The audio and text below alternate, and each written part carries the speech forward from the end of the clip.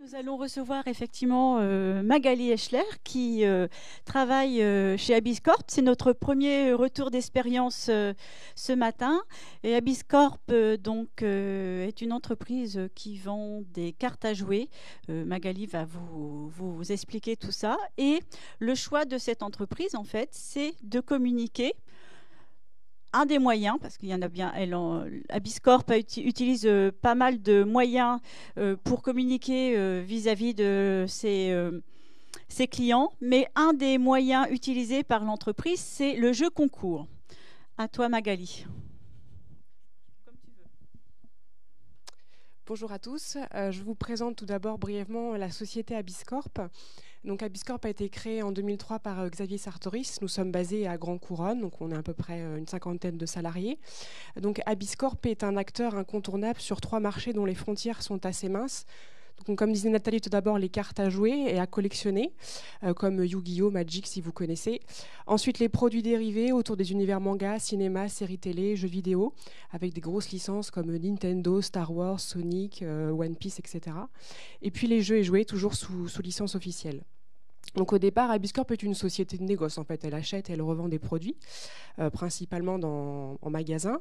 Donc ça va être de la grande surface comme Carrefour, Cora, après du magasin plus spécialisé comme Cultura, la Fnac, et puis après du petit magasin de centre-ville. Donc, afin de diversifier son offre, Abiscorp a souhaité créer ses marques propres. Alors tout d'abord Abistyle, qui est sur les produits dérivés manga, cinéma, séries télé, jeux vidéo, qui va s'adresser à une clientèle plutôt geek, masculine, 15-35 ans, avec des licences comme Naruto, Sonic, Senseiya. Et puis ensuite la petite sœur d'Abistyle qui est Abismile, qui quant à elle s'adresse plutôt à la cible maman, en tout cas parents, avec des licences plus transgénérationnelles comme Monsieur Madame ou Star Wars, qui va autant parler aux parents qu'à l'enfant. Et là on est plutôt sur des jeux de plateau, jeux de société, des peluches, etc. Donc pour ces deux marques, on utilise bien sûr beaucoup d'outils de communication on et offline, et principalement, en tout cas au quotidien, des jeux concours. Alors pourquoi on utilise des jeux concours? Parce que pour nous, c'est des opérations marketing assez simples, qui sont faciles à mettre en place et qui sont peu coûteuses. Et puis pour le participant, donc notamment sur les réseaux sociaux, c'est simple aussi et c'est plutôt attractif. Donc on en profite pour proposer, en fait, pour promouvoir nos produits. On ne va pas les proposer en cadeau, des dotations qui n'ont rien à voir ou indirectement avec notre offre. On va en profiter pour mettre en avant nos nouveautés et rebondir en fait sur l'actualité des licences. Donc s'il y a un nouveau jeu Nintendo qui sort en fin d'année, on va bien sûr proposer des produits dérivés par rapport à cette tendance. Alors pourquoi on organise des jeux concours? Pour acquérir des fans, bien sûr, sur les réseaux sociaux, acquérir de la data, donc principalement des emails, et on verra juste après, grâce aux outils qu'on utilise, on peut récupérer plus que ça, même les centres d'intérêt des internautes, des fans sur les réseaux sociaux. Et puis bien sûr, augmenter nos trafics sur nos sites de marque. On est vraiment sur des sites de marque, et au-delà qu'un site e-commerce classique où on pourrait regrouper l'ensemble de nos produits que nous distribuons. Alors, où on va trouver ces jeux concours? Non, vraiment, on tient à multiplier les canaux. Bien sûr sur Facebook et puis après sur d'autres réseaux comme Twitter. Sur notre site, parce que c'est là qu'on veut capter bien sûr le client au départ. L'objectif, c'est qu'on puisse convertir nos fans en clients et nos clients en fans, puisqu'ils ne sont pas forcément les deux, toujours en même temps. Et puis aussi à partir de nos newsletters. On n'hésite pas à relayer notre actualité jeux concours. Donc je pense que c'est vraiment important de multiplier les canaux et d'être présent sur un maximum de canaux. Donc là, on a quelques exemples de jeux concours. Donc on a fait, il n'y a pas très longtemps, un jeu concours sur Star Wars.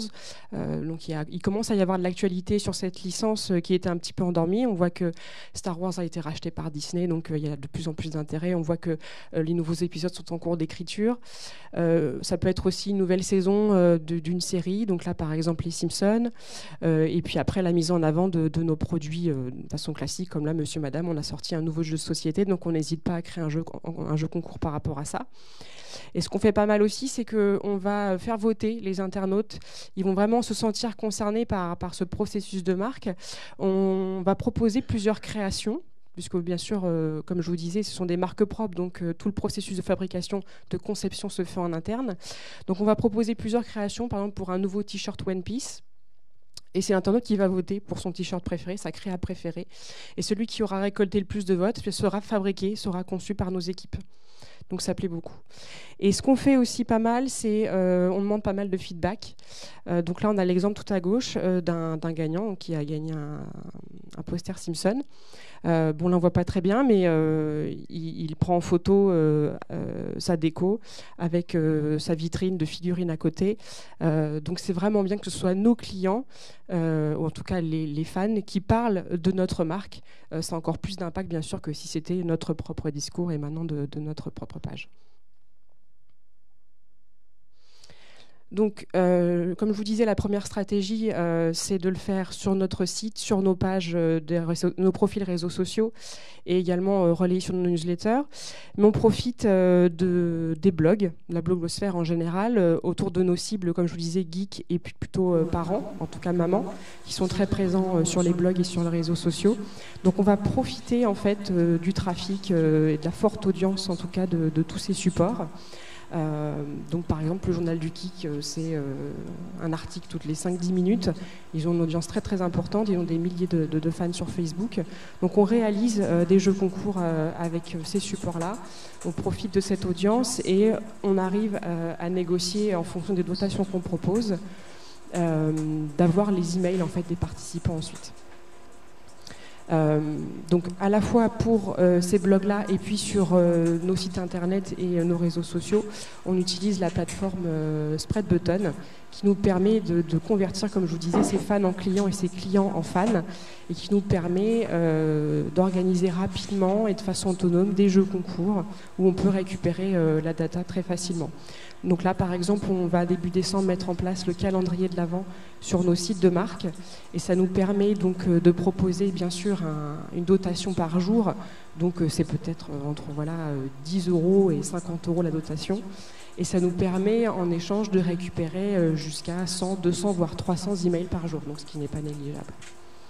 Donc voilà, je vous incite, après voilà, en fonction de votre activité, il faut voir, mais à organiser des jeux concours, c'est vraiment une opération rapide, peu coûteuse si on utilise les bons outils, et ça permet de récupérer pas mal de data pour améliorer, enrichir votre CRM.